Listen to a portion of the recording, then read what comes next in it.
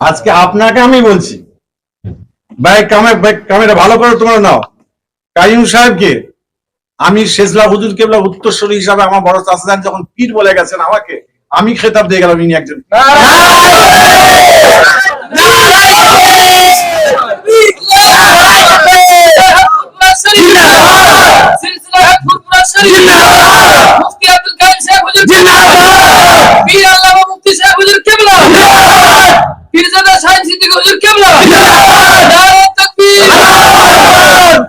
আর এর যদি কেউ যদি প্রতিদান নিতে চায়, তাদের প্রতিদান কিন্তু আমি কিন্তু দেওয়ার জন্য প্রস্তুত আছি। প্রতিদান দেওয়ার জন্য আমি একদম রেডি। আর আমি এমন একটা ছেলে, আমি কিন্তু মুখ খোলা ছেলে। আমার কাছে যখন শরিয়াত চলে আসে, যখন কোরআন হাদিস চলে আসে, সেখানে যদি আমার বাপ দাঁড়িয়ে থাকে, আমি বাপকে চিনি না। আমি তো একটা পিরিয়ডে আমরা আব্বাজির সঙ্গে বলি, কালিমুল্লাহর সঙ্গে বলি, ওমরের সঙ্গে বলি, সবাই আমাকে দাওয়াত করে নিতেন এবং বিভিন্ন জায়গায় নিয়ে যেতেন। বলে দিতেন যে জলসা দাওয়াত করো। হ্যাঁ, যদিও আমি ওনাদের গাড়িতে যাওয়ার মতন অনেকটা ডিস্টেন্স, আমি আমার মতন যেতাম, ওনারা আমার মতন আসতেন। এবং যে যাই বলুক, আর আমাকে সিলসিলা বিরোধী, পীর বিরোধী, মুক্ত যে যাই বলুক না কেন, অন্তর থেকে আপনাদের সহবত আমরা আকাঙ্ক্ষা করি। কিন্তু সত্যকার আপনি যেটা বললেন, আকেলমানকে নিয়ে সারা কাফিয়ে, এরকম কিছু মানুষের মানে কিছু আচার আচরণ, কিছু স্পিচ আমাদেরকে দূর করে দিয়েছে। তা না হলে আমরা লেবাস পোশাকে বলি, আলোচনায় বলি, মানসিকতা বলি, ওভার 100% দাদা হুজুরের আদর্শের গোলাম, প্রচারক এবং রীতিমতো আমি অন্তত ভুক্তকে বলতে পারি, আদার্সকে কি বলবে জানি না। সারা বাংলা জুড়ে যত মতবাদ রয়েছে, আল্লাহ শুকরিয়া, যে কোনো মতবাদকে যে কোনো মুহূর্তে আলোচনা ভিত্তিক তাদের সামনে দাদা হুজুরের মতাদর্শকে প্রাধান্য দিয়ে, এবং এটা যে খাঁটি একটা আদর্শ তা আমি প্রমাণ করতে আল্লাহ দয়া সক্ষম। এরপরেও যারা XYZ না জেনে না বুঝে দূর থেকে বিভিন্ন ধরনের সমালোচনা, বিষবাক্য এবং সব থেকে বড় কথা হলো মিথ্যা অপপ্রচার করছে, এদের ক্ষেত্রেই আমার বলার উদ্দেশ্য, এদের মরার ভয় নেই, কবরের ভয় নেই, আল্লাহর ভয় নেই, যে এরা করছে কি আর আমরা কমেন্ট করছি কি। ঠিক ঠিক ঠিক, এটাই বড় দুঃখ। তা না হলে আব্বাস সিদ্দিকী সাহেবের ফতোয়া আমার এগনেস্টে, এর জানাজা পড়া হারাম, এর মুসলমানের কবরস্থানে দাফন করা হারাম, একদম। যারা এর জানাজা পড়বে, এর কবর দেবে, তারা মুসলমান না। এর কবরে ঘাস হলে সে ঘাস গরুতে খাবে, তার দুধ খাওয়া হারাম। এই ছেলেটা যেখানে ইমামতি করতো সেখানকারই বক্তব্য, এই পাশে সাংবাদিক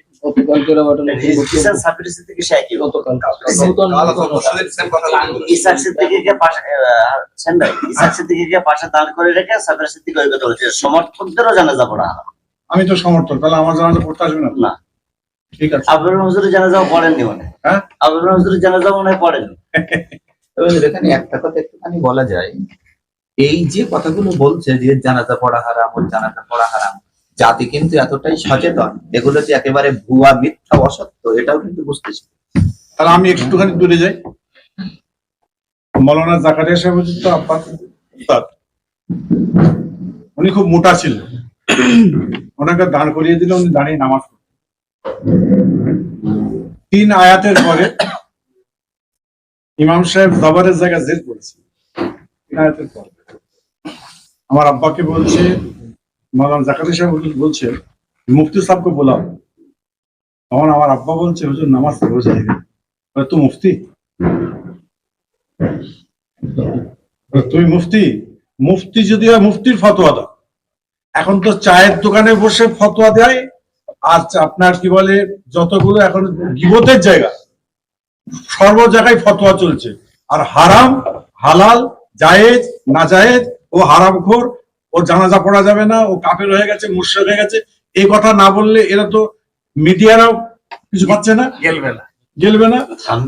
আর না না, ওইগুলো হবে তো।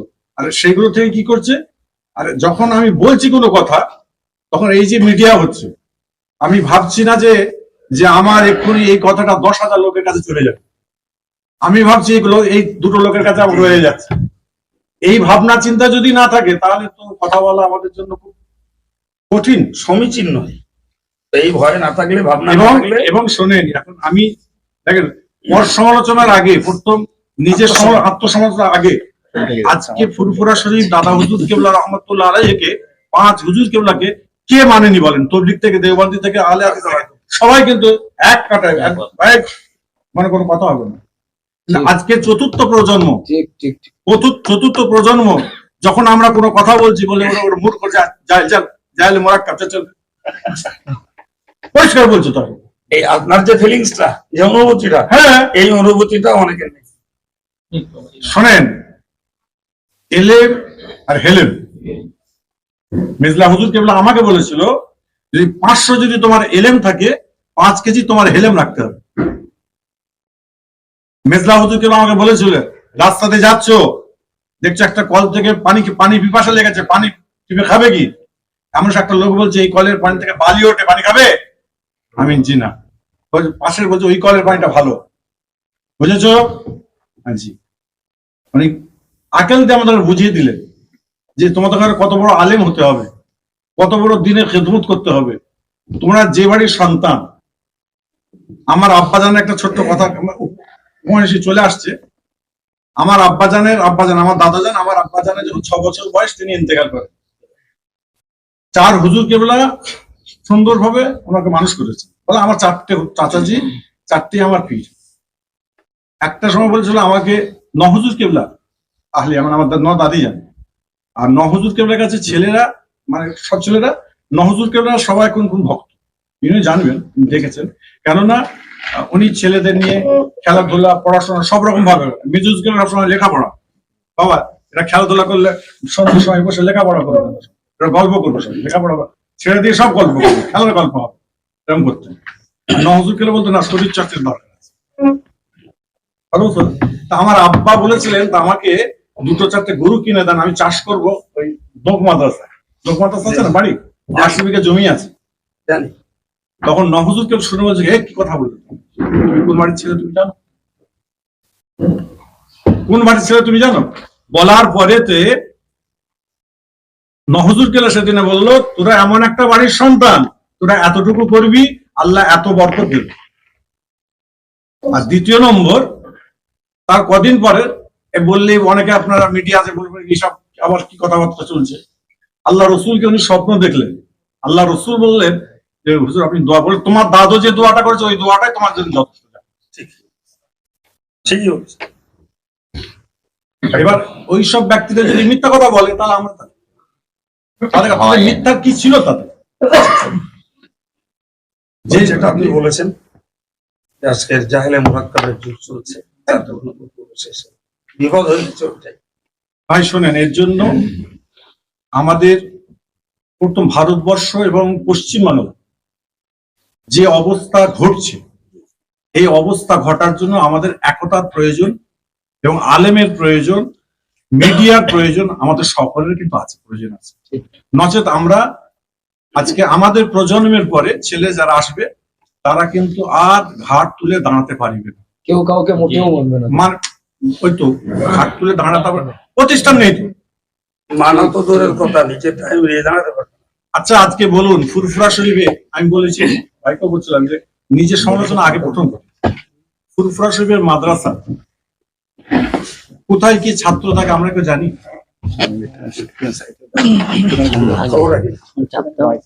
ফুরফুরা মাদ্রাসা উস্তাদরা বলছে যে আমরা তোমাদের পাগড়ি দেব না।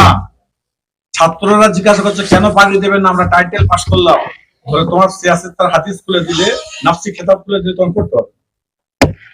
উস্তাদের কথাগুলো ভুল, আমরা এখন তাকে না দিতে হবে। ও তো উস্তাদ ঠিকই বলেছে, ক্লাস করে না। যত আলিয়াবি মাদ্রাসা গুলো আছে আন্দোলন করে নেবে, এটা তো ঘটনা ঘটেছে। দেখেন আপনারাও কিন্তু আন্দোলন করেছে, আমরা আন্দোলন করেছি, কিন্তু আন্দোলনের ভিতর কিন্তু শিক্ষকের জায়গা ছিল। যখন যেটা বলার বলেছি, আবার যখন এরকম চেয়ারে বসে পড়েছি, আরে বাপরে বাপ হুজুর পড়াচ্ছে কি ভাই, এটাই ছিল তো আদর্শ। আন্দোলন করছে শিক্ষকদের সঙ্গে, আবার যখন তারা পড়াচ্ছে ছাত্র, উস্তাদ ছাত্র। সে তো এখন তো নম্বরের আন্দোলন, আর তখন তো পড়া আদায় করে নেওয়ার আন্দোলন ছিল। তখনকার ছাত্রদের গেলে শিক্ষকরা ভয় পেত যে এ কি প্রশ্ন করে উঠবে বাবা। কখনো না, কখন কি প্রশ্ন করে উঠবে করি। মাওলানা সাইফুদ্দিন সাহেব এখন হায়াতে রয়েছেন, উনি নৌসরাব নেন, রিটায়ার্ড হয়ে গেছে। মাওলানা আব্দুল কাসিম সিদ্দিক হুজুর মাকামাতে হাদিদি কেতাব, কোন উস্তাদ পড়াবে না, কি কেতাব আছে ক্লাস করতে শুরু করতে। এই যে আলেমরা ছিলেন, তাদের সোহবতের থেকে যদি আমরা যদি এখনো পর্যন্ত গোছাতে পারি ভাই, আর জীবনে কোনোদিন গোছাতে পারবো না। আপনাদের মুফতি আব্দুল মান্নান সাহেব হুজুরের সঙ্গে মসলা নিয়ে ব্যাপক কনসাল্ট করে। এই তো কাসেম সাহেবের সঙ্গে করেছি। হ্যাঁ, না আবার এই সাইফুদ্দিন হুজুর কাছেও গেছি আমি। হ্যাঁ? ওনার সঙ্গে তাছাড়া ওনাদের কাছে গেলে তো কেতাবই তাই কেতাব এখনো কোনো মসলা যদি কোনো সমস্যা হয় হুজুরের সঙ্গে কনসাল্ট করে। সাইফুদ্দিন সাহেব। কাসেম সাহেবও করেন, কাসেম হুজুর ইন্তেকাল করেছেন। সাইফুদ্দিন হুজুর আছে। ইন্তেকাল করার পরে নেপাল আমি দেখেছিলাম মশলা আলোচনা হলো ওনার সঙ্গে। উনি তো কথা এখানে তো ওনার কি হয়েছিল, এটা নষ্ট হয়ে গেছে, লাস্টে উনি ইন্তেকাল করার আগে পর্যন্ত ফতোয়া দিয়েছে লিখিত ভাবে, বলছে লিখে দাও, আর উনি লিখে লিখে বললেন। এক দুঃখজনক কথা হলো যে মানে সত্যকে দাবিয়ে রাখা যাবে না, তবে পথ আটকালে প্রতিরোধের চেষ্টা করলে হয়তো উন্নয়নে কিংবা বিকাশে একটু দেরি হবে, এই যা, তাছাড়া কিছু না। আজকের আল্লাহর শুকরিয়া আদায় করছি আপনার সঙ্গে কাছে এসছি বলে। আমাদের বিরুদ্ধে অপপ্রচারের বয়স হলো 22 বছর। 2002 সাল থেকে অপপ্রচার চলছে, আজকে 2024।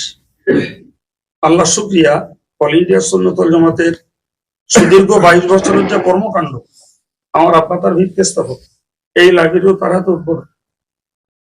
তিনি এইখানে বসে লাইব্রেরি উদ্বোধন বলেছেন যে লাইব্রেরি হোক, কেতাব ভর্তি হোক, পড়াশোনা হোক, কিন্তু আমাদের পীর ওলিদের আদর্শ এলেমটাকে আমলে পরিণত করে, তাহলে এলেম অর্জন করে লাভ আছে। আর এলেম যদি আমলের বিপরীত হয় তাহলে সে এলেম ফায়দা দেবে। তো আজকের যারা বরণীয় স্মরণীয় হয়েছে তারা এলেমটাকে আমলে কার্যকর করেছে, তবেই তারা প্রাতঃস্মরণীয় হয়েছে। একদম ঠিক। আর আজকে আপনি বলুন, দাদা হুজুর কেবলা ইলমের সুবাদে আলেমকে মর্যাদা দিতেন 100 হুজুর তাআলা দিয়েছিল। ফুরফুর শরীফ ইহসান সাহেব আলাদা সামিয়ানাটাকে বলতেন বাবা এটা আল্লাহর আলেমদের জায়গা। সেইখানে কত অভিভাবক করেছে। আজকের আলেমদেরকে কাফের, বেঈমান, জাহান্নামী, মুনাফিক যত ইচ্ছা, ওই যেটা আপনি বললেন যে তুমি মুফতি, মুফতিকে মুফতির কাজ দাও, মুফতিকে মুফতি, এদের মুফতি ফতোয়া করা দেওয়ার মতন সেই লিয়াকাতের অনেক অভাব, অথচ সমালোচনা করতে তো পয়সা লাগে, করে দিচ্ছে। আর কিছু আম ভক্ত আছে মনে করছে হুজুর বলেছে মানে ঠিকই বলেছে, হুজুরের কথা অমান্য করা যায়। এই যে মানসিকতা তৈরি হয়েছে, হাদিস কোরআন ইজমা কিয়াস, তারপরে হুজুর। আর এই এত কম, আপনি তো আল্লাহ শকর আজকে একটাই করলেন।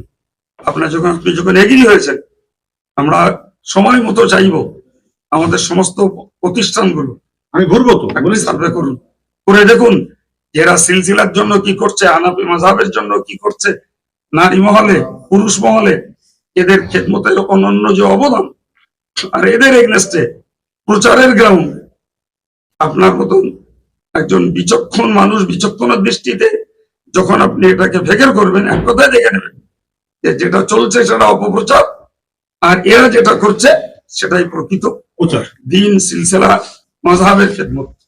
যেটা আপনাদের করার দরকার ছিল সেটা খানিকটা করে ভাইরা করছে।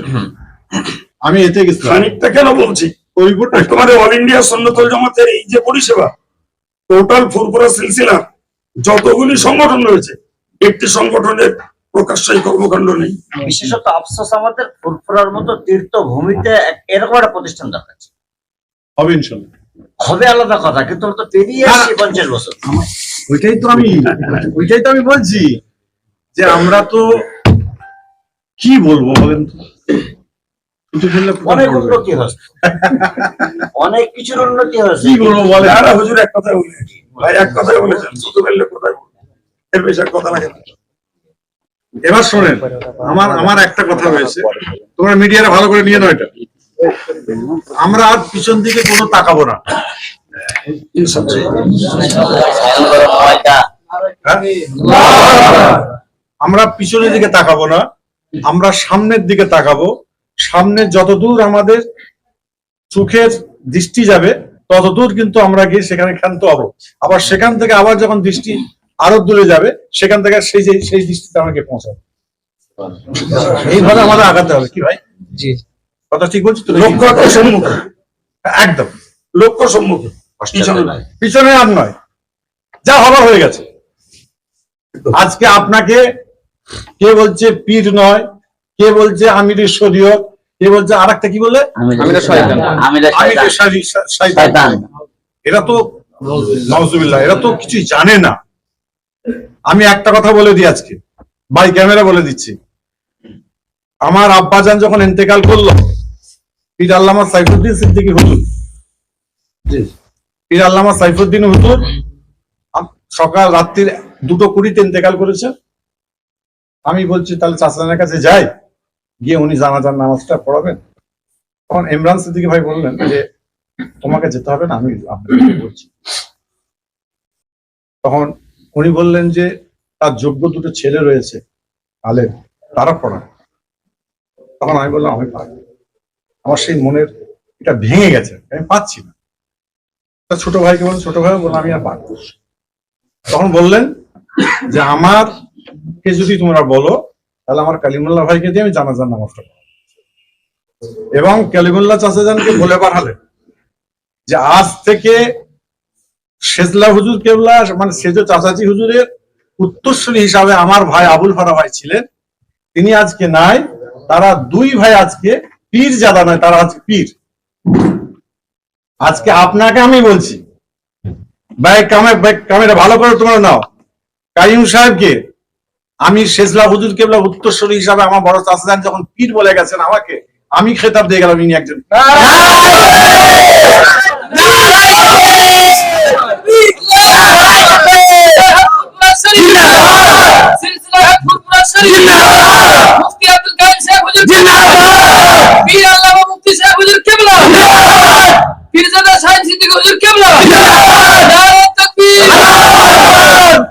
আর এর যদি কেউ যদি প্রতিদান নিতে চায়, তাদের প্রতিদান কিন্তু আমি কিন্তু দেওয়ার জন্য প্রস্তুত আছি। প্রতিদান দেওয়ার জন্য আমি একদম রেডি। আর আমি এমন একটা ছেলে, আমি কিন্তু মুখ খোলা ছেলে। আমার কাছে যখন শরিয়াত চলে আসে, যখন কোরআন হাদিস চলে আসে, সেখানে যদি আমার বাপ দাঁড়িয়ে থাকে, আমি বাপকে চিনি না। এটা হলো আমি সেই নীতির উপরে দাঁড়িয়ে থাকি। কারণ আমার বাপের শিক্ষা, আমি বড় হুজুর কেবলা রহমতুল্লাহ আলাইকে, তিনি আমাকে বিসমিল্লাহ করেছে লেখাপড়া। মেজলা হুজুর কেবলা গেলে নুহু সরব ধরতেন, এই তাবিজ কোন বাপ বলো, এরকম এই অমুকের বলো, তারপরে বিসমিল্লাহ তারতিব করো, মানে তারপরে আপনার হ্যাঁ নহজুর কাছে গেলে শরীর চর্চা, হ্যান ত্যান, পড়াশোনা কেমন হচ্ছে, অমুক হচ্ছে। ছোট হুজুর কেবলার কাছে, ছোট হুজুরের কাছে গেলে বলতো বাবা তোমার দান কেমন আছে, অমুক কেমন আছে, এরকম আদর্শ ছিল। ছোট হুজুর কেবলা রহমতুল্লাহ আলাইহির কাছে মেজলা হুজুর কেবলা, ভালো করে শোনো, মেজলা হুজুর কেবলা 5 টাকা দিয়েছে, বলছে 1 গ্যালন তেল ছোট ভাইয়ের কাছ থেকে নিয়ে আসো। পেট্রোল, তখন তো পেট্রোল গাড়ি তো, আর তখন পেট্রোল পাম্প অনেক দূরে। আমরা বাজারের মধ্যে পেট্রোল পাম্প অনেকটা দূর। তা উনি কি করতেন, তেলের ব্যারেলে 5 লিটার তেল ঘরে ভর্তি করে রেখে দিতেন ছোট হুজুর। আচ্ছা, বুঝতে পারছেন? আর মেজ হুজুর গেলে 5টা টাকা দিয়ে পাঠিয়েছেন যে 5 লিটার তেলের দাম তখন 1 টাকা লিটার। 5টা টাকা দেবে আর আমার ছোট ভাইয়ের কাছ থেকে 1 গ্যালন তেল দিয়ে আসবে। ছোট হুজুর পীর কেবলা রহমতুল্লাহ আলাইকে ওই সময় আপনি তো দেখেছেন, এরকম ঝুঁকে বসতেন না, বললেন আমার মেজ ভাই আমার কাছ থেকে টাকার বিনিময়ে তেল চাইছে, তুমি বলে দাও জুলফিকারের কাছে কোনো তেল নেই। আর আমার ছোট ভাই, আমার মেজো ভাই যদি বলে পাঠায়, সবাই 1 গ্যালন করে তেল সব নিয়ে আমার মেজো ভাইয়ের গাড়িতে গিয়ে ভর্তি করে যাও। কি আদর্শ! সে আদর্শ তো আমরা দেখিনি। আজকাল যারা কমেন্ট করছে, যারা এত বড় বড় কথা বলছে, তারা তো এই হুজুর কেবল আমাদের দেখেনি তারা। হুজুর, কেউ কেউ সোশ্যাল মিডিয়ায় প্রশ্ন করছে হ্যাঁ। মুফতি আব্দুল কাইম সাহেব তাবিজ করে আপনাদের বশীকরণ করেছে বলে আপনারা আসছেন, এই বিষয়ে আপনি কি বলবেন? দেখেন, তদবিরে কোনোদিন বশীকরণ করা যায় না। আর যারা করে তারা হচ্ছে 2 নম্বর ধান্দাবাজ। তদবির করে বশীকরণ করবে? কাইম সাহেবের সঙ্গে আমার সঙ্গে কবে হাত মিলিয়েছি আমি? ওই আপনার হতে গেছিলাম, ওই আপনার এটা কত বছর হলো? তাছাড়া হয়ে নিয়ে বশীকরণ করা যায়? এসব কি, যেখানে কোরআন এবং হাদিস আছে। আর সব থেকে বড় কথা হলো, যদি বশীকরণ করে, আর একজন তো বললো যে আসিফুল্লাহ সিদ্দিকী হুজুরকে ভাড়া করে কাজে লাগিয়েছে, একজন বললো। যাই হোক, যদি বশীকরণ করে আর ভাড়া করে কাজে লাগানো যায়, তাও তো আমার পেটটা ভরে। আপনি আমাকে দেবেন, আমি দেবো। তাই যদি হয় তো এত মানে আজে বাজে মন্তব্য করে পাপ জোগাড় না করে আপনাকে তো তারা বশীকরণ করতে পারে। হ্যাঁ, আর আইজুর ভাই যেটা বললেন, আমি সবার সামনেই বলছি যে যদি তাবিজ করে বশীকরণই করা হয়, তা আজকে যে হুজুরটা এসেছেন এনাকে তাবিজ হুজুর কখন দিল? না, তার মানে হুজুর তাবিজ কখন দিয়েছিলেন, এইটা আর কি বলতে চাচ্ছি, তাই না? না না না, দিয়েছে। কবে দিয়েছে জানেন? যেদিনে সমাবেশ হলো, 16 তারিখ না 18 তারিখটা হলো না, কামরুজ্জামান সাহেবের, মৌলানা কামরুজ্জামান সাহেব। ওই দিনে যখন আমি দেখতে পেলাম ইমরান সিদ্দিকী বসে আছে, সওবান সিদ্দিকী বসে আছে, বড় আলেম ওলামা, তখন কামিশন গেলেন, গিয়ে মোস্তফা করলেন, দোয়া নিলেন, সব দেখতে পাচ্ছি তো মোবাইলে, লাইভে দেখতে পাচ্ছিলাম। তাতে দেখে তখনই আমার মন কিন্তু বলছে, না, কমের জন্য আমাদের ঘরে এক হয়ে আর কোন রকম বিবাদ আর রাখলে হবে না, চলবে না। এবার যে যদি চলে আসে কেউ, সে যদি সামনে যদি কাটা পড়ে যাবে ভাই, কিছু করার নেই।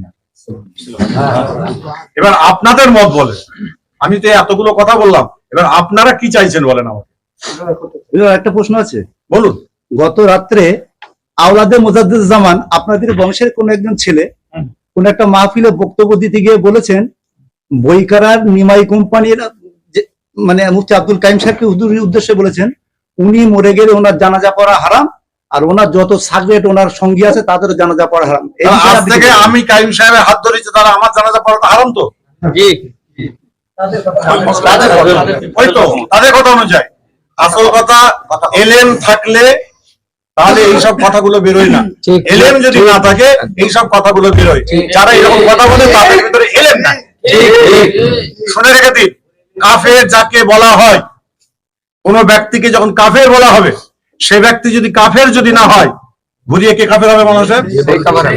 যে বললেওয়ালা সেই কাফের হবে। তাহলে এবার তোমার কোরআন হাদিস থেকে তোমরা বুঝে নেবে। ছাত্র ভাইরা যারা আছো, মিডিয়া যারা ভাইরা এখানে আসো, আপনারা ওইদিকে আছে, মিডিয়ারা আছে এখানে। আমার কথা হলো সেটাই, যে তোমরা বুঝে নিও যে কিভাবে। সবচেয়ে একটা কথা হুজুর, সেটা হলো দুটো ভাগ করে গ্রাম দরকার মধ্যে, সেটা হলো টাইমপন্থী না ফুটকরাপন্থী। সবচেয়ে এইটা আপনাদের এক করতে হবে যে আমরা সব ফুটকরাপন্থী। এই পর্যন্ত আপনাদের সবচেয়ে আন্দোলন দ্বারা সামনে আসতে বলো। এদিকে আসেন।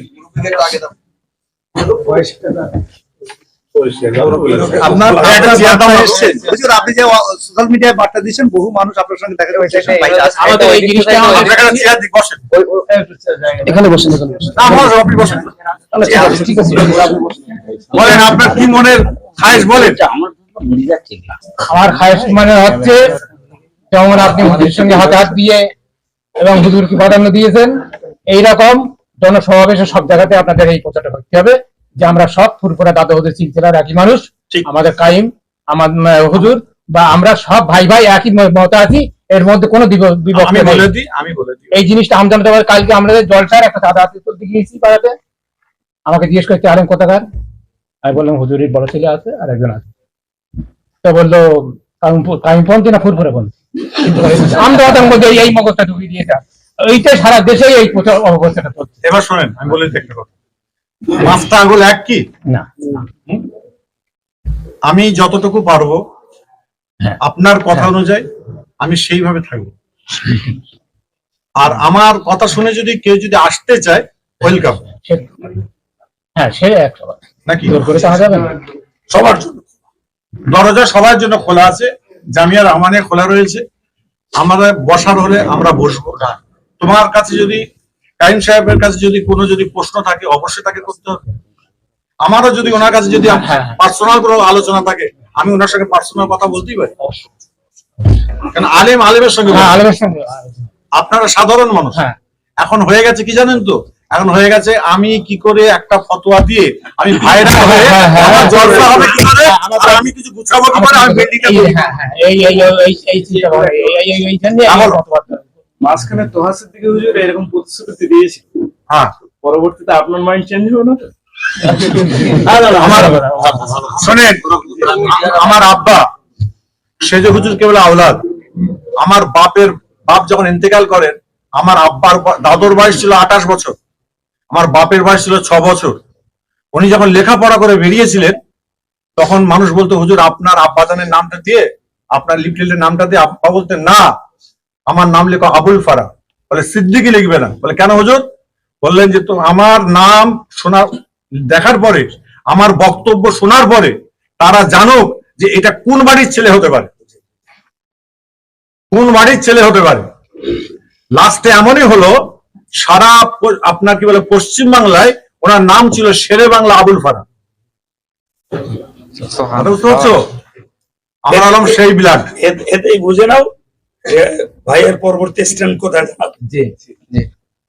ওতেই উনি বুঝে ক্লিয়ার করে আমি পরিষ্কার বলে যাচ্ছি এখানে তোমাদের বাই ক্যামেরা, তোমাদের সম্মুখে, যদি আজকে কাইয়ুম সাহেব ভাই, আমি ভাইজানই বলি গোয়া থেকে, কেননা ওনার যদি 60 বছর বয়স হয়, আমার একটু বয়স হয়েছে, আমি একদম ছোট নয়।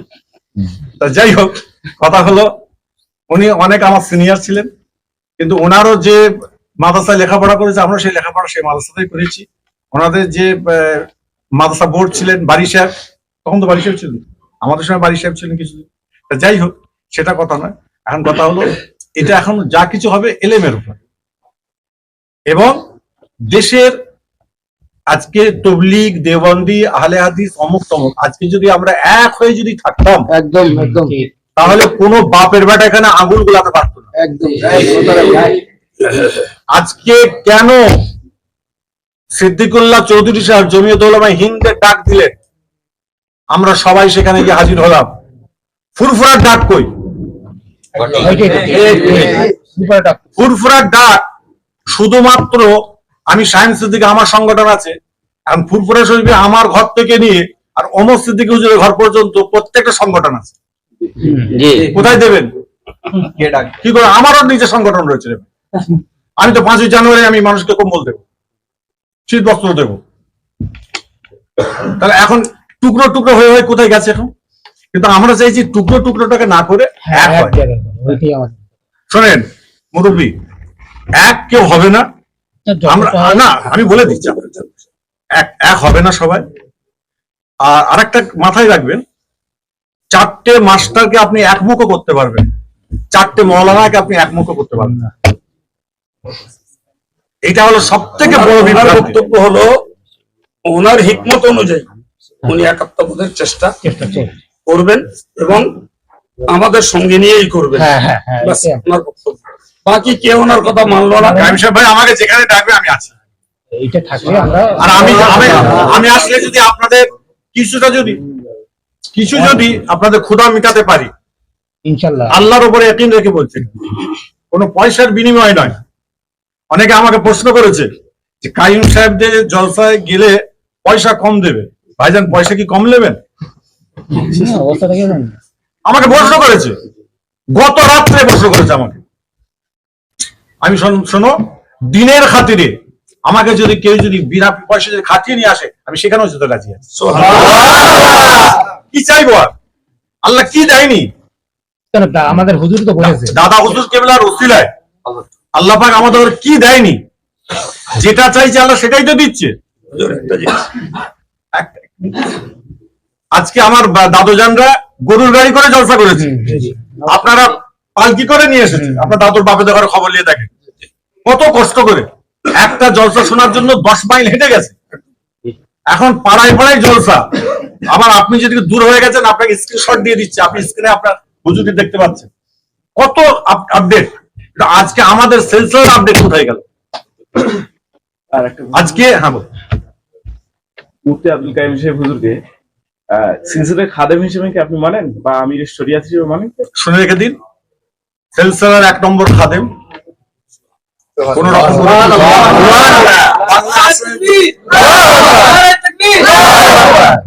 বাংলা আসামের মুফতি আজম মেজলা হুজুর পীর কেবলা রহমতুল্লাহকে বলা হয়। ঠিক আছে, আমিরুল শরিয়াত, শরিয়তের আমির, এইটাই তো ফ্যাক্ট। হ্যাঁ, ইনার কাছে যদি সেই যোগ্যতা যদি থাকে, তাকে আমিরুল শরিয়াত বলতে কোনো অসুবিধা নেই।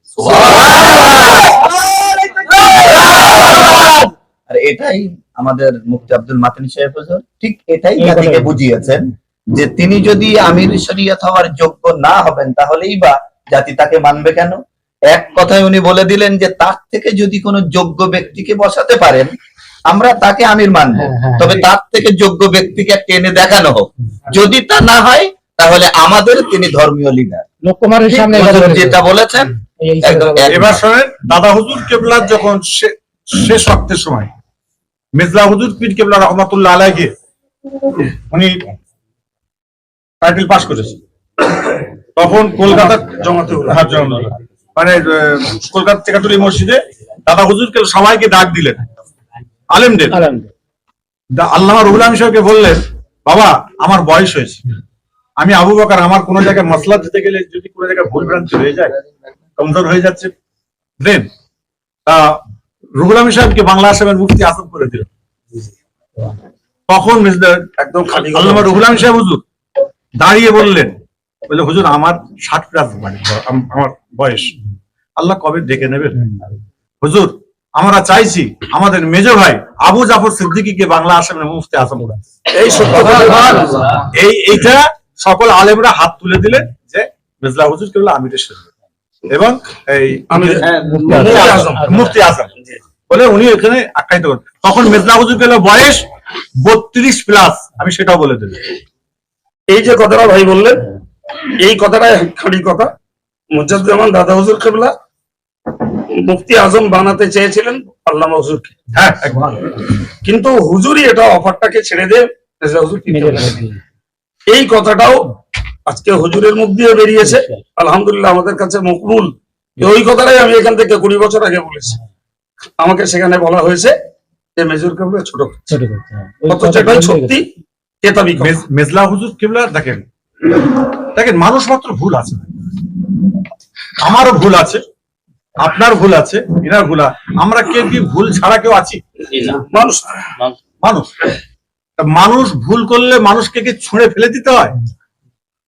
কোলের মধ্যে টানতে হয়। দাদা হুজুর কেবলার যুগে বিরোধী আলেম ছিলেন না? খুব ছিলেন। কি বলছিলেন? টানালে তাকে আর বলতো কাফের। কাফের। এতে আপনার কি বলে বাংলাদেশের নোয়াখালী দাদা হুজুর কেবলাকে কাফের বলেছিল, কাফের ফতোয়া দিয়েছিল। কাফের বলেছিল, ফুরফুরের আবু বকরের হাতে মুড়ি দেওয়া যোগী সন্ন্যাসীর কাছে মুড়ি দেওয়া। হ্যাঁ, এও বলেছিল।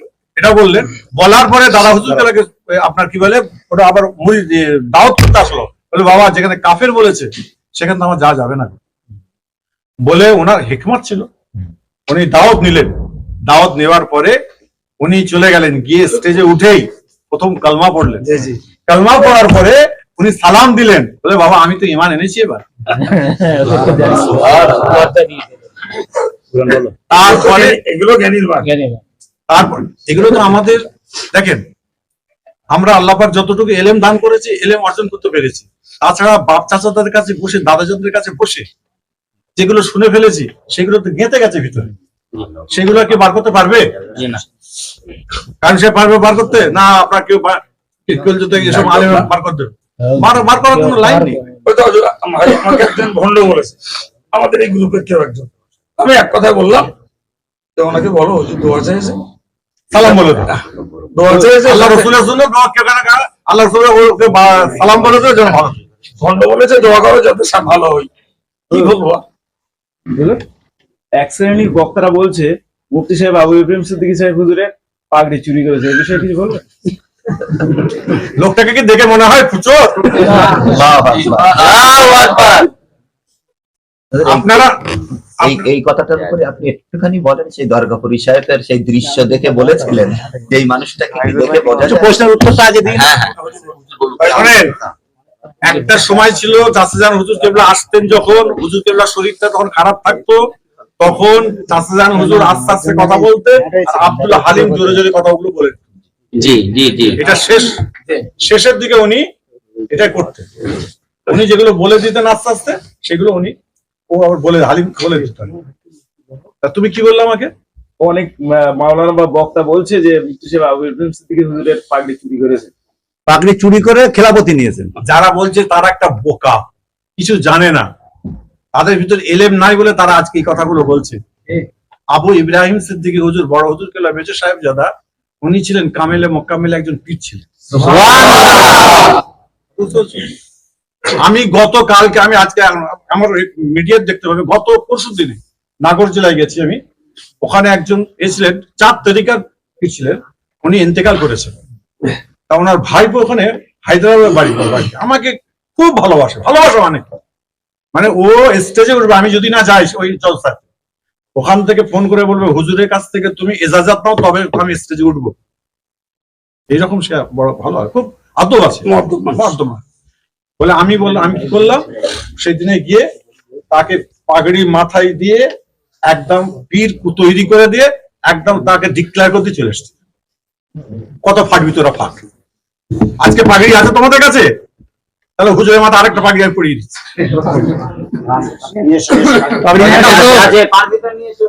খ্যাপা কোথাকারে, কে কোথাকারে কি? শোনো তোমরা, এই মিডিয়ারা, তোমাদের কাছে বলে দিই, কে কি কথা বলছে কোনো দিকে আর তাকাবে না, সামনে আগাতে বলে দিয়েছে। পিছনের কথা ভুলে যাও, কে সমালোচনা কি করছে না করছে তাদের উত্তর তোমাদের কাছে যেটা আছে তোমরা উত্তর দিয়ে যাবে। কিছু পীরজাদা বলে জামিয়া রহমানিয়া বা অল ইন্ডিয়া সুন্নাতুল জামাতের যত সংগঠনের মাদ্রাসা আছে, সেই মাদ্রাসাগুলো সিলসিলার পক্ষে না, সব বিরোধী। এখানে টাকা দাম করা যাবে না, এই ব্যাপারে তাহলে বলে দেবো যেসব পীরজাদা বলছে সেসব পীরজাদা আসুক, আসার পরে কেতাবগুলো খুলে দিক, আর জামিয়া রহমানিয়া এবং যত মাদ্রাসার ছাত্র আছে তাদের কেতাব খুলে দিক, পরে আমাদের আপনার ইয়ে করে দিক, তাফসীর করে দিক, সবাই আমি মেনে নেবো। দারুণ কথা বলছে। আর কিছু আছে? আর কিছু প্রশ্ন আছে? আচ্ছা, আমি বাংলাদেশ চলে যাবো, তাড়াতাড়ি বলো। আমরা ছাড়বো, তারপরে তো যাবেন। আমার ছাড়তে হবে, আমি যাবো অনেক দূর। একটুখানি বলি, আমি হুজুরের বছর অনেকদিন ধরে চেষ্টা করছি, আমি সরাসরি হুজুর সঙ্গে একটু আদবানা কথা কম। হ্যাঁ, আব্দুল হালিমকে দিয়ে বলা হয় আমি হুজুর কাছে বায়াত, তার আগে যার মেজর হুজুরের কাছে বায়াত হয়েছে, ওনার টিউশনে পাইগোরা হুজুরের কাছে সবক করেছে। তারপরে আমাদের মুজাদ্দিদের তরিকার বায়াত নেওয়ার জন্য আমি তিনি আমাকে শোনাই দিলেন বনগাঁকে। তো জলসা করে আসার পরে আমি আগে জলসা করেছি, একই জলসা এসে উনি ওয়েট করলাম, উনি জলসা করে একই জায়গা থেকে আবার ঘরে আমাকে বসাল, কেউ যারা ছিল সবাইকে আমাকে কিছু প্রশ্ন করল তরিকতের প্রশ্ন করলে উনি যেমন করেছেন আমি তখন উত্তর দিলাম। তো দেওয়ার পরে বললেন যে আপনারা বায়াত করবেন। আছেন, আমি বললাম হুজুর আমি তো বায়াতের জন্য। তো উনি আমাকে ওই খানকায় বসে রাত 3টের আমাকে বায়াত করিয়ে আমাকে উনি যেটা বললেন সেটা আমি কাউকে তখন বলি, ওই আমাকে বললেন আপনি বায়াতের নিষ্পক্ষ, আমার পক্ষে সম্ভব আপনারা আছে। তারপরে উনি নিজে ঘোষণা করলেন যে আমি আইছি। এবারে ওই যে পাগড়িটা আমি ঘূর্ণাক্ষরেও জানি না, ওটা তো হুজুর কেবলা দিয়েছেন আব্দুল হালিমের কাছে, আর আব্দুল হালিমকে বলেছে এটা ওকে দিই। আমি যত্ন করে বরকাতা রেখে দিয়েছি, সেটাকে ঠিক আছে। সেটাকে নিয়ে আমি বাইরে রেখে দেন। highlight করিনি, বাইরে হাইলাইটও করিনি, আর সেটা নিয়ে আমি বাজারজাত হতে যাই। এরপরেও কেন এই কথাগুলো এরা বলে পাপ জমা করছে?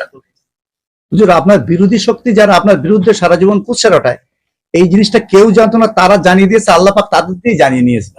শোনেন, আমি একটা কথা বলি, আজ পর্যন্ত কত বছর আপনার ফুরফুরা থেকে বিশ্বাস হয়েছে? 22 বছর। 22 বছর ধরে আমি কোনোদিন মৌলানা আব্দুল কাইম সাহেবের কাছে, আব্দুল কাইম সাহেবের বিরুদ্ধে কোনোদিন কথা বলি। যারা গেছে তাদের কাছে বলছি বড় আলেম নিয়ে করে লাও, ব্যবসা করো। আমি এই কথাই বলেছি, বড় আলেম জাইয়েদ আলেম। আমি এটাও বলেছি, কম্বলের পশম তুলতে তুলতে কম্বল তো শেষ করে ফেলবে, আলেম কই? আলেম তৈরি করা ক্যাটাগরি কোথায়? কারিগরি কোথায় আছে? কারিগরিটা কয়েকটা দেখতে পাচ্ছি। আমার একটা স্বপ্নের কথা আমি বলবো। এই মিডিয়াতে বলতে যাবেন না, জানা আপনি বাবু বলেন। আচ্ছা, হুজুর তাহলে একটু ধর্ম চেষ্টাই নিয়ে যায়। আর কিছু আর একটু হোক না, সময় তো আছে। এই কটা বাজে কটা? না না ভাই, হুজুর, বাজি না, ঘরে ঘরে হুজুর, 15 আর নাই। হুজুর, ফুরফুরা শরীফের কেন? পক্ষে এই কে বললা কবে আসবে ঠিক নেই? এই হাতটা ধরো, তুমি দেখি একবার। হুজুর, একটা প্রশ্ন, হ্যাঁ।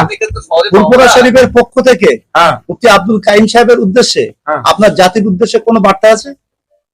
আজকে যেভাবে আপনার প্রশ্নটা করে ফেললেন, আজকে বার্তা থাক না, পরে দিয়ে দেবো। না, ছোট করে একটা বার্তা। ছোট করে একটা বার্তা দিন। না থাক, ইচ্ছা তুমি বলবেন। পারবে বলুক না। সেদিন পরে আপনার বলুন। ও প্রশ্ন করেন। ফুরফুরা শরীফের মুজাদ্দেদের আওলাদ হিসাবে দীর্ঘদিন ধরে মুফতি আব্দুল কাইম সাহেবকে ফুরফুরা সিলসিলার বিরোধী বলে বহু তকমা লাগানো হয়েছে বিভিন্ন আলেম।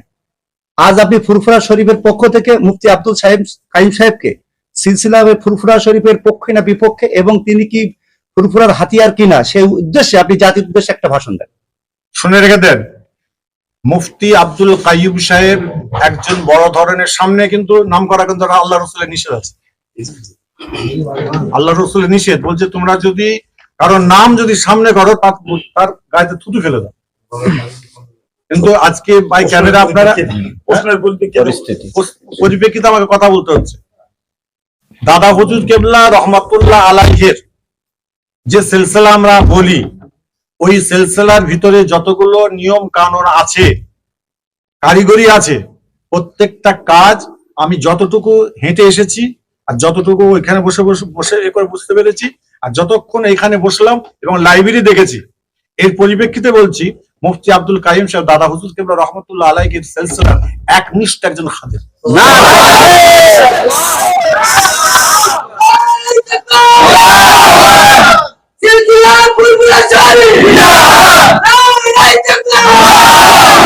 তৃতীয় নম্বর, আজকে এইরকম আলেম যদি ছাত্র যদি তৈরি করতে যদি না পারে, তাহলে কিন্তু ফুরফুরা শরীফের সিলসিলা বলে আর কিছু থাকবে না আজ থেকে 20 বছর পর।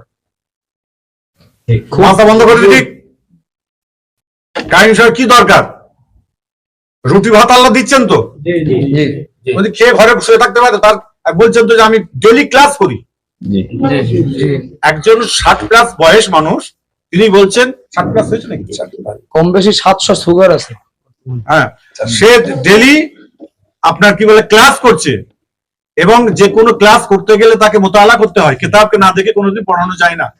এবং দাদা হুজুর কেবলের নির্দেশ আছে, দাদা হুজুর মাদ্রাসাতে বলে, বাবা আমার মাদ্রাসাতে যে মৌলানা আলেম পড়াবে, সে আলেম যদি কিতাব যদি মোতালা না করে, সে আলেম যদি পড়ায়, কাল কিয়ামতের দিনে আমি আবু বকর তার কাছ থেকে আমি কিন্তু বুঝে নেব। তাই তো ভাই? এখনো দুটো খাতনা তারা করে, এখন একটা বয়স হচ্ছে, ওনাকে করতে দেন কেন? আপনার অল্প অল্প করে দেবেন। আপনারা না মহল্লা না না পড়ুক, 10 জায়গা পড়ে দেয়, 5 জায়গা পড়ে দেয়, 4 জায়গা 6 জায়গা পড়ে দেওয়া, অন্যজনকে দাও। একটা প্রেশার পড়ে গেলে শরীরে। আল্লাহর দরবারে হুজুর নিজের এই যে আমাদের প্রশ্নটা একদম ছাড়িয়ে দেন। বলেন, তারপরে ওই প্রশ্নটা এখনো ছাড়াইনি, যেটা করেছি। কি করেছিলেন বলতো? এত রকম প্রশ্ন একসঙ্গে করলে হয়?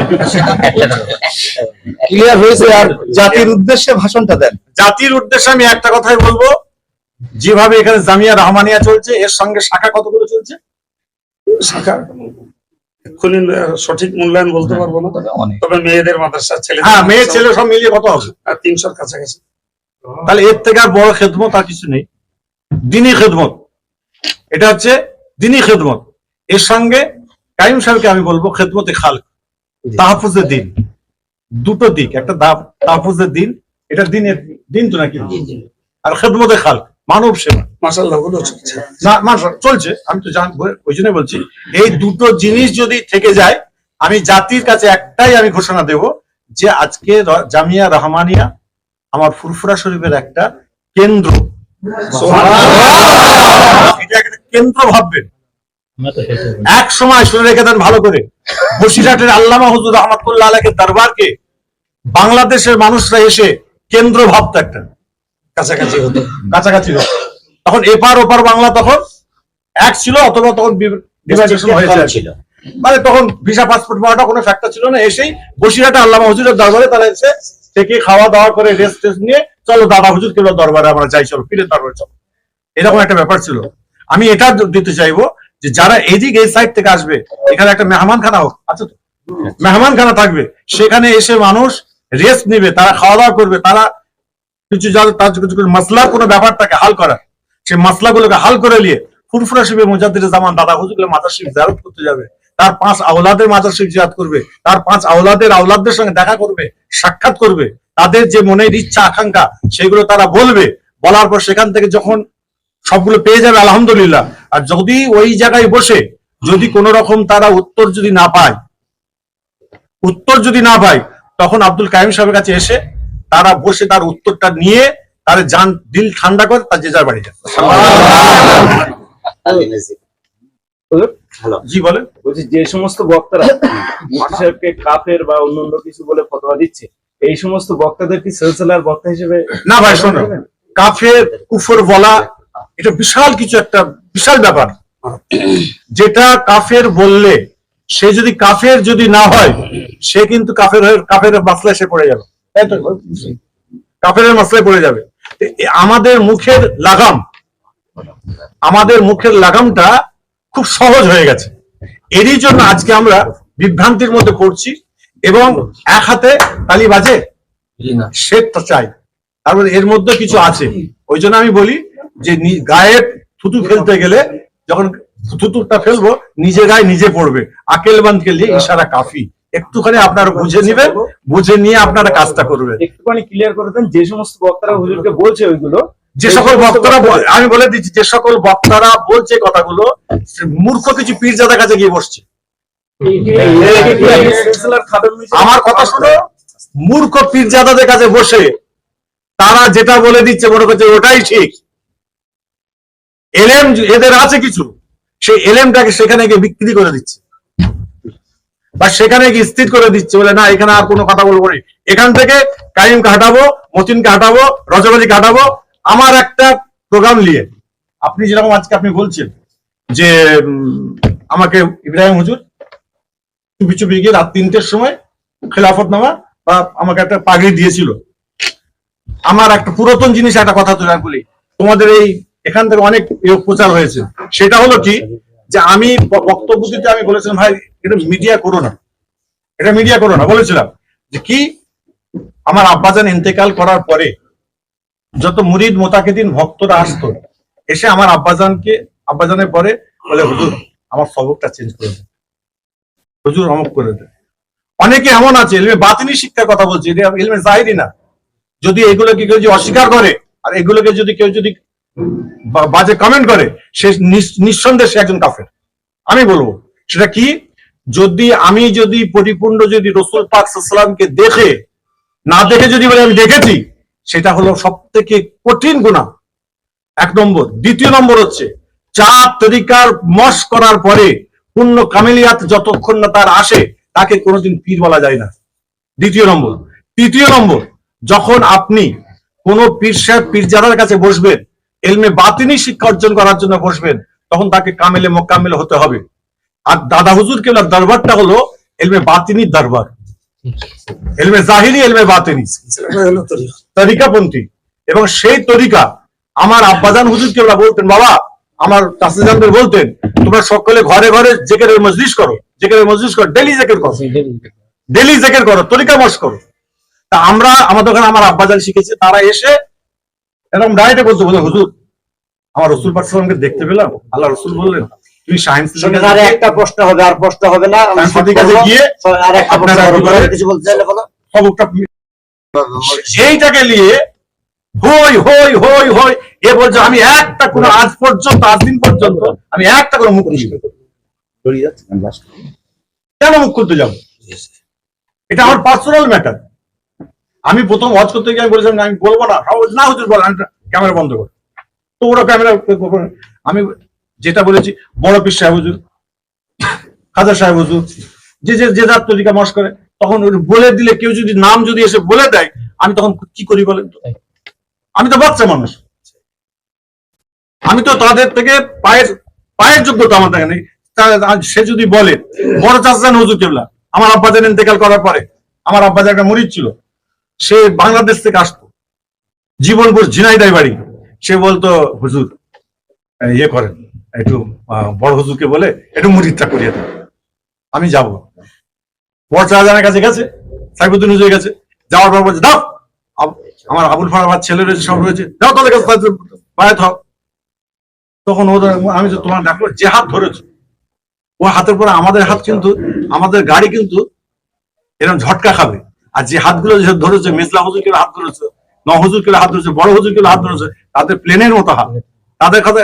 এই জন্য আমরা এই যে চাষিজান বলেছিলেন যে আপনাকে আর বায়াত হতে হবে না, এইটাই কারণ যে বাবা আমরা তো আর মেজ হুজুর বড় হুজুর হতে পারবো। এটা হচ্ছে নিজেকে কত ছোট করে নিয়েছে। মিঠা তো আপনি हस्ती को अगर कुछ मर्तबा चाहिए ये दाना खा के में मिलकर गुले गुलजार होता है। আচ্ছা, একটাই কথা বলে স্টপ করুন, একটা কথা বলুন। দরবার শরীফে বা দরবার কথা ফুলপুরা সিলসিলা দরবার শরীফে যে জেকেরের মজলিস হয়, ওখানে কি মুফতি সাহেবকে ইনভাইট করবেন? আমি সামনের মাসে করছি, সামনে জানুয়ারি মাসের 12 তারিখে হবে, 12 তারিখ হবে না, 11 না 12, আপনাকে অবশ্যই যেতে হবে। আপনি সেখানে, হ্যাঁ, ইংরেজি মাসের 3য় সপ্তাহ রবিবার, প্রত্যেক মাসে আপনার দাওয়াত রইল। সীতাপুর দরবার শরীফ না, ফুরফুরা দরবার শরীফ। হুজুর আমাদের একটু শর্ট করেন, মাওলানা মুহিত সাহেব একটু বলবে, আমি একটু বলবো, একটা ছোট্ট হাফ করে মিনিট করে হলো। আমরা অল ইন্ডিয়া সুন্নাত জামাতের পক্ষ থেকে আমরা একটা ইসলাম প্রচারের জন্য একটা ছোট শাখা সংগঠন করে রেখেছি, অল ইন্ডিয়া ইউটিউবার ইউনিটি। তাহলে কি আপনি আমাদেরকে ইনভাইট করবেন? তাহলে আমরা যাবো। অবশ্যই পয়সা দিতে পারবো না, পয়সা দিতে পারবো নি, পয়সা দিতে হবে।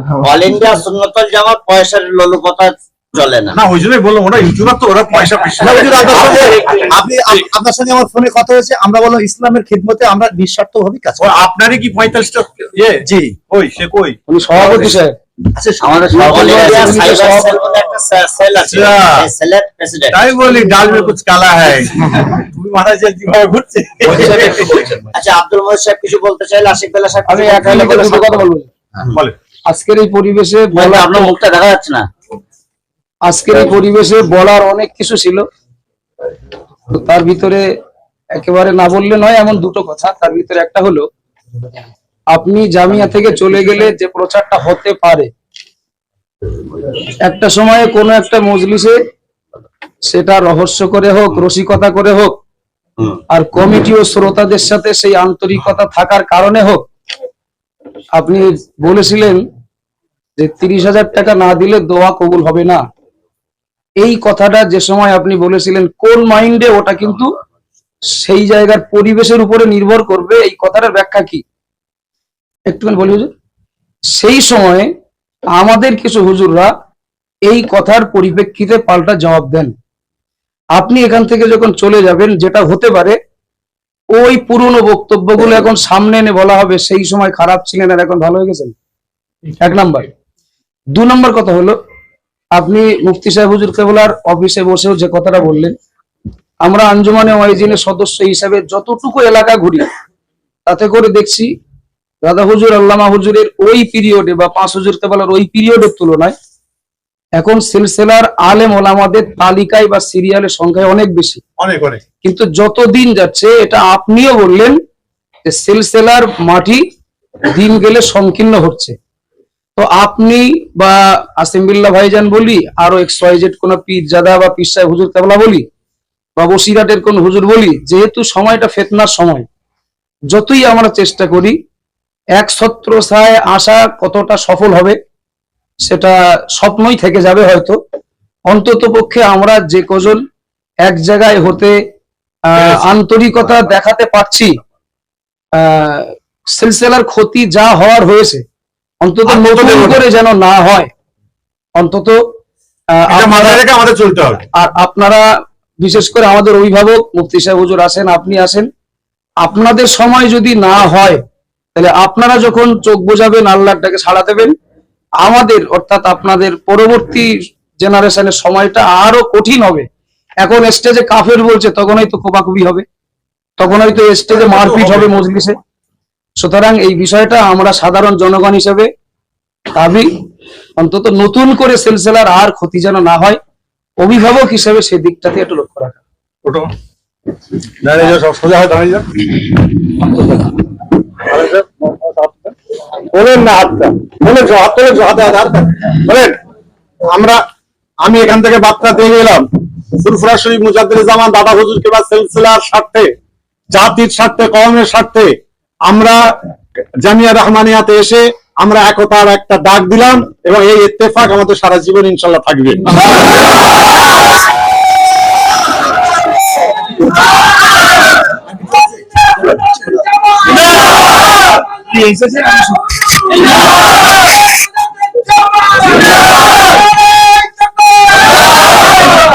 আপনি কি বলবেন?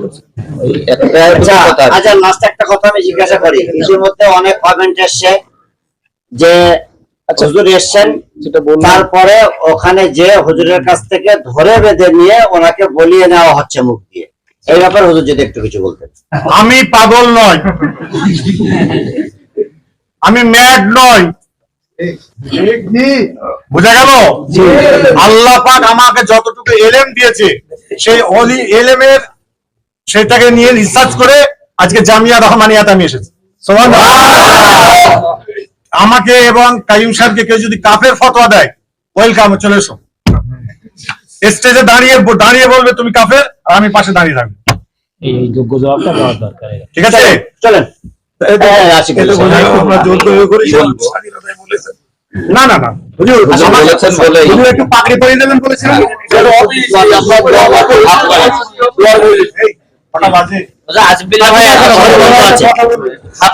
কোরআনে আমরা যেটা পড়েছি, আমরা আল্লাহর মেহেরবানি কমবে সেটা সচরাচর একদম সবার জানা।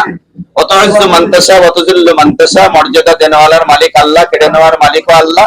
আজকে ফুরফুরা শরীফ থেকে পীরজাদা হুজুর সাহেব এসে যা বললেন, আমরা অতীতে শুনেছি, ওই ফুরফুরা শরীফ থেকেই মুফতি সাহেব হুজুরকে আল্লামা বলেছেন, ওই ফুরফুরা শরীফের অনেক আওলাদগণ হুজুরকে পীর সাহেব বলেছেন। আজকে সরাসরি আমরা আরো একজনের কাছ থেকে পীর সাহেব শুনলাম, অর্থাৎ মুফতি আব্দুল কাইয়ুম সাহেব হুজুর যে ফুরফুরা সিলসিলা মতাদর্শের একজন বড় মাপের অ্যাসেট, আল্লাহর মেহেরবানি, এটা জাতি বুঝতে পেরেছে। গোলাম, ফুরফুরা শরীফের গোলাম না হুজুর, আপনার ভিতরে যে আল্লাহ এলেম দিয়েছেন, জি, তাতে আমরা যা বুঝেছি আল্লাহর মেহেরবানি। ও শত্রুরা যত যাই করুক না কেন, এই মুহূর্তে মাওলানা হামিদুর রহমান সাহেব যেটা বলেছেন যে ইতিমধ্যে আমাদের কিছু মন্তব্য শুরু হয়ে গেছে। মন্তব্য রাসূলুল্লাহ জমানায়ও ছিল, দাদা হুজুরেরও সম্পর্কে ছিল, আল্লামা হুজুরের সম্পর্কেও ছিল। ও যে ঘরে সম্পদ থাকে সে ঘরে ডাকাত পড়ে। যত যাই হোক না কেন, আল্লাহ পাক যার উঁচু করবেন তাকে কেউ নিচু করতে পারবে না। পীর করছো তো সবাই, হ্যাঁ? পীরের অর্থ কি? বুজুর্গ, বুড়ো। দাড়ি তো সাদা হয়ে গেছে, বুড়ো হয়ে গেছে, ওনাকে বুড়ো বলতে আর অসুবিধা কি আছে? মহা বিপদ। আসলে না, নকেলাস মাধ্যমিক যারা, তাদেরকে এখন পীর বলছে। আমরা এই পীর শব্দটা তুলে দিয়ে মাশায়েখ শব্দটাকে এস্টাবলিশ করতে চাই। বলেন, ভালো।